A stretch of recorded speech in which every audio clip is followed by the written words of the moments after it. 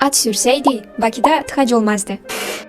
Danışaq, Bakıda konka, yəni at nəqliyyatı 1889-cu ildə istifadəyə verilib və şəhərin ilk ictimai nəqliyyatı olub. Sonradan həmin relsləri elektrik tramvay üçün istifadə etdilər və 1924-cü ildə Bakı tramvayı 7 marşrutla işə başladı. SSR-də yeni tramvay xətləri çəkilən ilk şəhər idi. Tramvay sistemi 2004-cü ildə bağlandı. Bakı troleybusu 1941-ci ildə işə düşdü. 1980-ci illərdə isə 300 kilometrli və 32 marşrutlu böyük şəbəkəyə çevrildi. Sistem 2006-cı ildə dayandırıldı. 1917-ci ildə ölkədə artıq 101 avtomobil vardı və şoferlər ittifaqı yaradılmışdı. Taksi çox bahalı idi və daha çox fərdi xidmət idi. Bakı metrosu 1967-ci ildə açılıb və Qafqazın ilk metro sistemi olub. Nizami stansiyası mozaikaları ilə postsovet ölkələri arasında ən bəzəkli stansiyalardan sayılır. Tramvay və troleybuslar azalanda avtobuslar əsas nəqliyyat növünə çevrildi